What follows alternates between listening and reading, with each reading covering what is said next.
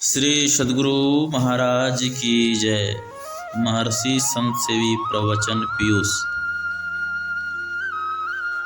सरस्वती की धारा में स्नान करने से मुक्ति।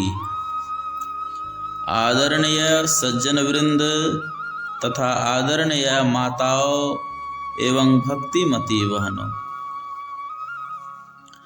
आज की तिथि को कोई श्री पंचमी कहते हैं तो कोई वसंत पंचमी। वस्तुतः आज माघ शुक्ला पंचमी है। आज की तिथि में विद्या चाहने वाले विद्यार्थीगण विद्या वारदा सरस्वती देवी की पूजा किया करते हैं। विद्या वारदा देवी की जो मूर्ति होती है, प्रतिमा होती है या तस्वीर होती है, उस ओर यदि हम दृष्टिपात करते हैं तो देखते हैं कि उनका वाहन हंस है। हंस में यह क्षमता होती है कि वह नीर और क्षीर का विवेक करता है। यदि कोई क्षीर और नीर मिलाकर उसके आगे रख दें तो उसमें से वह क्षीर को ग्रहण कर लेता है और नीर को छोड़ देता है।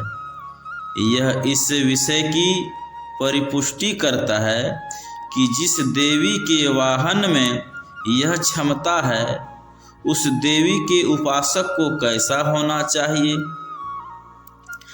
जिस देवी में हम विद्या ग्रहण करें तो हमें कैसा होना चाहिए, अर्थात हम में विद्या ददाती विनयम तथा सत्य असत्य का विवेक होना चाहिए।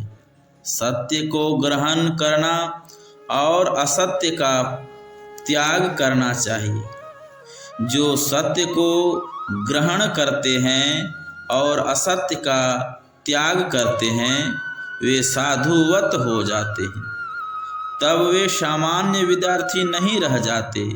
इसलिए कबीर साहब ने कहा था, साधु ऐसा चाहिए जैसा सूप सुभाए, सार सार को गही रहे थोथा दे उड़ाए। जो सार हो उसको ग्रहण कर लें और जो असार हो उसका त्याग कर दें।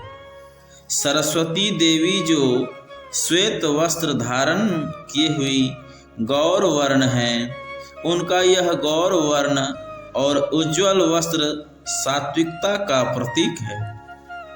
अर्थात विद्यार्थी को सात्विकी वृत्ति का होना चाहिए। आहार विहार और व्यवहार सात्विक होना चाहिए, लेकिन वास्तविक सात्विक वृत्ति को धारण नहीं करें। वह सतोगुणी धारा क्या है, कहाँ है? वह सरस्वती की धारा है, ज्ञानमयी धारा है। अपने अंदर उसमें हम डुबकी लगावें। हमारे अंदर 3 धाराएं हैं। ये तीनों धाराएं क्रमशः दाईं बाईं और मध्य में विराजती है। बाईं धार और दाईं धार ये दोनों रजोगुणी और तमोगुणी धाराएं हैं। मध्य की धारा सतोगुणी है। रजोगुणी धारा में जब तक हम रहेंगे उसमें चंचलता रहेगी। तमोगुणी धारा में जब तक हम रहेंगे उसमें मूढ़ता बनी रहेगी।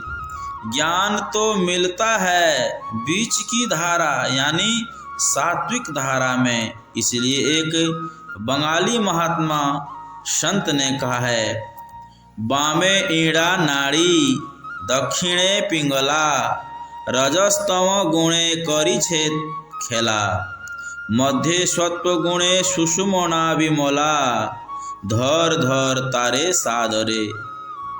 उन्हीं दाईं और बाईं धाराओं को गंगा यमुना की धारा संज्ञा दी गई है और बीच की धारा को सरस्वती की धारा कही गई है।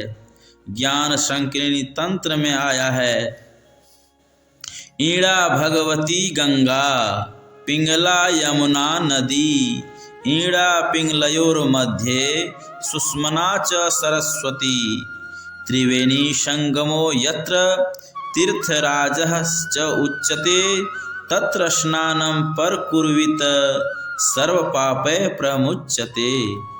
ईड़ा पिंगला और सुष्मना की चर्चा हम योग शिखोपनिषद में भी पाते हैं, जो कृष्ण आयुर्वेद का अंश है। इसमें सुष्मना की नारियों में सर्वश्रेष्ठ और सत्व प्रधान बतलाया है। एकोत्तरम नाड़ी शतम तासां मध्ये परा स्मृता सुष्मना तु परे लीना विरजा ब्रह्मरूपिणी। ईड़ा तिष्ठति वामेन पिंगला दक्षिणेन तु तयोर्मध्ये परम स्थानम यस्तवेद स वेदवित्। ईड़ा बाईं ओर रहती है और पिंगला दाहिनी ओर। उन दोनों के बीच में जो स्थान है अर्थात सुष्मना, उसको जो जानता है वही वेद जानता है। जो सरस्वती की धारा में गोता लगाते हैं, डुबकी लगाते हैं, उनका हृदय पवित्र हो जाता है। पवित्र ज्ञान उज्ज्वल ज्ञान की प्राप्ति होती है, उसका आचरण भी पवित्र हो जाता है। यह उसका प्रतीक है। संत कबीर साहब कभी स्कूल कॉलेज मदरसा नहीं गए। उनसे किसी ने पूछा, आप इतने बड़े विद्वान कैसे हो गए? मसी कागज छुयो नहीं, कलम कहियो नहीं हाथ वाली बात आपके साथ चरितार्थ है। इसके उत्तर में उन्होंने कहा था, मैं मरजीवा समुद्र का डुबकी मारी एक, मुट्ठी लाया ज्ञान की जामे वस्तु अनेक। फिर उसने पूछा, आप कहते हैं आपने समुद्र में डुबकी लगाई, तो किस समुद्र में आपने डुबकी लगाई? अरब सागर में, लाल सागर में, हिंद महासागर में, प्रशांत महासागर में व इटालियन महासागर में? उन्होंने कहा, बाहर के सागर में मैंने डुबकी नहीं लगाई, मैं तो इस शरीर रूपी समुद्र के लिए कहा रहा हूँ। कबीर काया समुद्र है, अंत न पावे को मृतक होय के जोर है, मानिक लावे सोय। यह शरीर ही समुद्र है, इसमें डुबकी लगाते हैं। वह डुबकी लगाने का स्थान शरीर में कहाँ पर है? आप सरस्वती के चित्र की ओर नज़र कीजिए, आप देखेंगे कि उनके दोनों भवों के बीच में भाल पर एक लाल बिंदी है। यह बिंदी क्या है? यह बिंदु का प्रतीक है। जो कोई उस बिंदु में डुबकी लगाते हैं, वे ज्ञान सिंधु की ओर अग्रसर होते हैं और जाते जाते वे वहाँ तक जाते हैं जिसके आगे गति नहीं। फिर तो वहाँ ऐसा ज्ञान मिलता है जिस ज्ञान को प्राप्त कर लेने के पश्चात अन्य किसी प्रकार का ज्ञान बाकी नहीं रह जाता। वह है आत्मज्ञान। इसलिए स्वामी विवेकानंद जी महाराज ने कहा था, यदि विद्वान बनना चाहते हो तो अपने मस्तिष्क का अध्ययन करो। तुम्हारा मस्तिष्क अनंत ज्ञान का भंडार है और अछोर पुस्तकालय है। आंतरिक पुस्तक पढ़ने का आरंभ यहाँ से होता है जहाँ तुम अभी बैठे हो। सुना कि बाबा देवी साहब कहते थे, यह पुस्तक अधिक पन्ने की नहीं है, केवल 3 पन्ने की है। पहला पन्ना है अंधकार का, दूसरा पन्ना है प्रकाश का और तीसरा पन्ना है शब्द का। इन तीनों पन्नों को पढ़ लो, महाविद्वान हो जाओगे। उससे बढ़कर और कोई विद्वान हो ही नहीं सकता। उसी बिंदु के सिंधु में डुबकी लगाए हुए थे स्वामी विवेकानंद जी महाराज। वे विद्यालय की शिक्षा BA तक पढ़े थे, किंतु उनकी योग्यता ऐसी थी कि जब वे विश्व धर्म सम्मेलन में अमेरिका गए और उनका प्रवचन लोगों ने सुना तो सबने दांतों तले अंगुली दबाई थी कि ये कहाँ के विद्वान आ गए, और उन सबको एक स्वर में कहना पड़ा,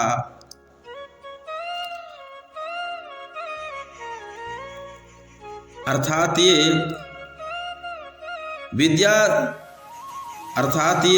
विद्या से बाहर के विद्वान हैं। विद्या वारदा सरस्वती लौकिक विद्या देती है, अपरा विद्या देती है, लेकिन पारलौकिक विद्या परा विद्या नहीं दे सकती। इस आत्मज्ञान को प्राप्त करने के लिए बिंदु की सिंधु में डुबकी लगाने के लिए हमें संत सद्गुरु के पास जाना होगा। सरस्वती देवी से संबंधित यह श्लोक प्रसिद्ध है। सरस्वती महामयी वीणा पुस्तक धारणी, हंस वाहन संयुक्ता विद्या दान करो तुम्हें। सरस्वती जी के वक्षस्थल पर वीणा विराजती है और हाथ में पुस्तक। ये बाह्य उपकरण किसका प्रतीक है? आंतरिक नाद के। जो बिंदु ध्यान करते हैं उनको उस नाद की अनुभूति होती है। योग सिखो उपनिषद के 2वें अध्याय में लिखा है, बिंदु पीठम विनिर्विद्या नाद लिंगम उपस्थितम। इस विषय की परिपुष्टि संतवाणी इस भांति करती है। उपनिषद में जिसको बिंदु की संज्ञा दी गई है, संतों ने उसको कहीं बिंदु, कहीं तिल, कहीं तारा आदि कहकर अभिहित किया गया है। बिंदु में तह नाद बोले, रैन दिवस सुहावनम। संत पलटू साहब। प्रथम ही सुरत जमावे तिल पर, मूल मंत्र गहि लावे। गगन गराजे दामिनी दमके, अनहद नाद बजावे। संत राधा स्वामी साहब जी महाराज के वचन में है, तू सूरत जमा नभ द्वार, शब्द मिले छूटे जंजाल। शब्द भेद तू जान गंवार, क्यों भर में तू मन की लार। सूरत खैंच तक तिल का द्वार, दाहिने दिस शब्द की धार। जब हम अपने प्रातः स्मरणीय परम पूज्य अनंत श्री विभूषित श्री सद्गुरु महाराज जी के साहित्य का अवलोकन करते हैं तो उनके वचन में भी हम इसी का गुंजन पाते हैं। यथा तिल द्वार तक के सीधे, सूरत को खैंच ला। अनहद धुनों को सुन सुन चढ़ चढ़ के खोजना। और हाथरस निवासी संत तुलसी साहब कहते हैं, गगन द्वार दिसे एक तारा, अनहद नाद सुने झनकारा।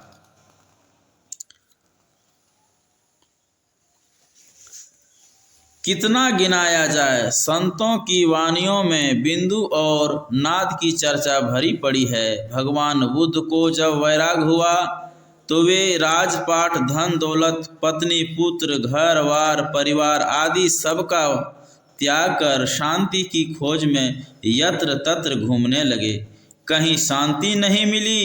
एक दिन वे आंखें बंद कर मौन बैठे थे। बैठे बैठे उनको तंद्रा आ गई। पश्चात उन्होंने स्वप्न में देखा इंद्र आए हैं। उनके हाथ में तानपूरा है जिसमें 3 तार लगे हैं। पहला तार कसा हुआ था, उसकी आवाज करकसा थी। दूसरी ओर का तार बहुत ढीला था, उसकी आवाज घर घर होती थी। सुनने में अच्छी नहीं लगती। बहुत कसा हुआ ही उसकी ध्वनि बहुत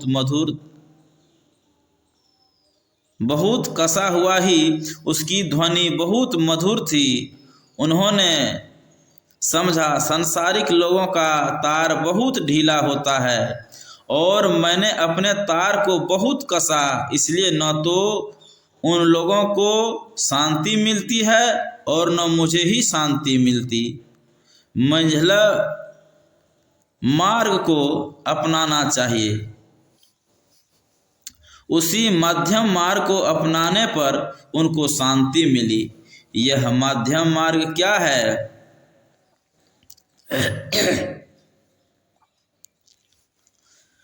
ईड़ा और पिंगला के बीच में स्थित सुषुम्ना है।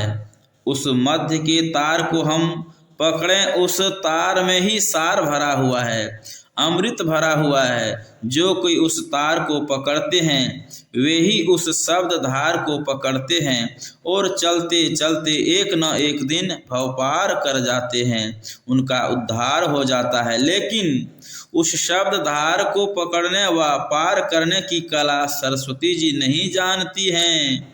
इसलिए शास्त्र में लिखा है, नादाब्धस्तु परम पारम न जानाति सरस्वती यद्यपि मज्जन भयात तुम्बम वहती वक्षसि।